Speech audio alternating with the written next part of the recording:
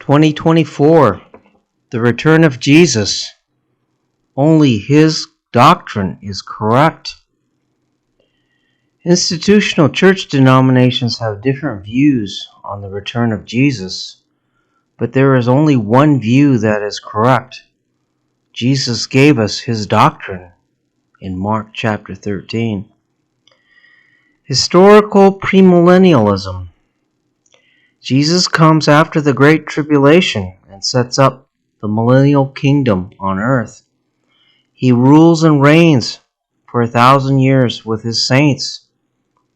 The resurrection happens at his coming on the last day. And saints are to endure persecution by the Antichrist. Pretribulation rapture is false. Preterism is false. And amillennialism is false. Study the statement of beliefs of any church organization. If these strange doctrines are there, leave the heretics, because heresy will lead to destruction. These organizations also embrace adulterous marriage, tolerate sin. Some of them go on to teach once saved, always saved, or perseverance of the saints. Study Mark chapter 13. Do not listen to man's theories about his return, because we should expect the Antichrist and expect to endure great tribulation. We should expect multitudes to fall away, and it will be obvious to us when Jesus will be coming, because we are instructed to continue sharing the gospel in the face of persecution, even in prison facing execution. Luke chapter 12, 35 on.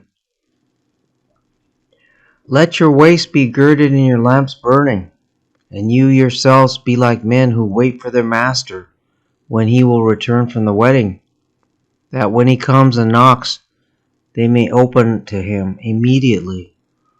Blessed are those servants whom the master, when he comes, will find watching. Who then is that faithful and wise steward whom his master will make ruler over his household, to give them their portion of food in due season? Blessed is that servant whom his master will find so doing when he comes. Truly I say to you, that he will make him ruler over all that he has.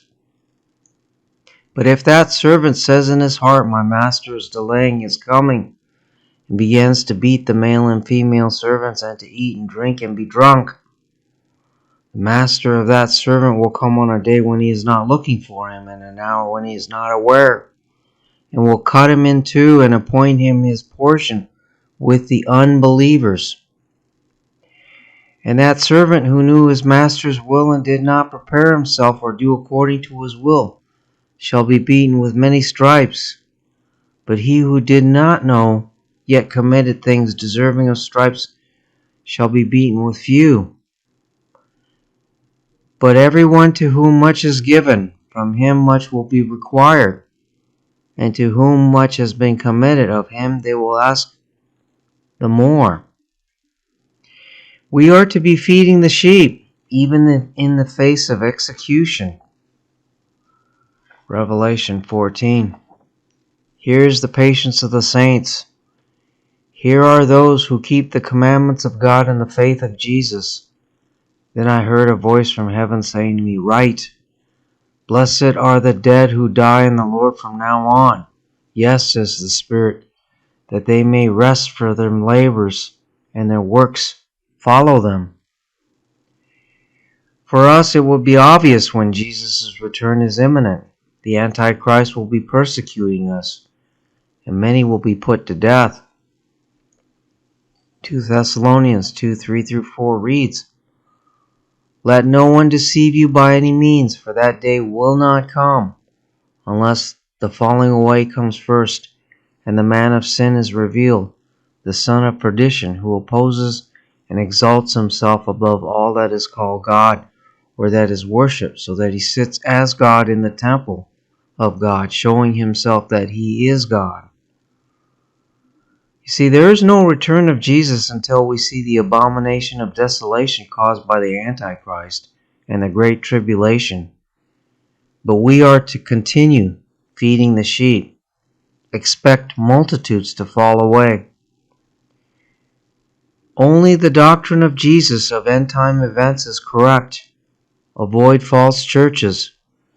Read Mark chapter 13 and Luke chapter 12, 35 on. We're to feed the sheep to the end and keep working the harvest to the end. God bless.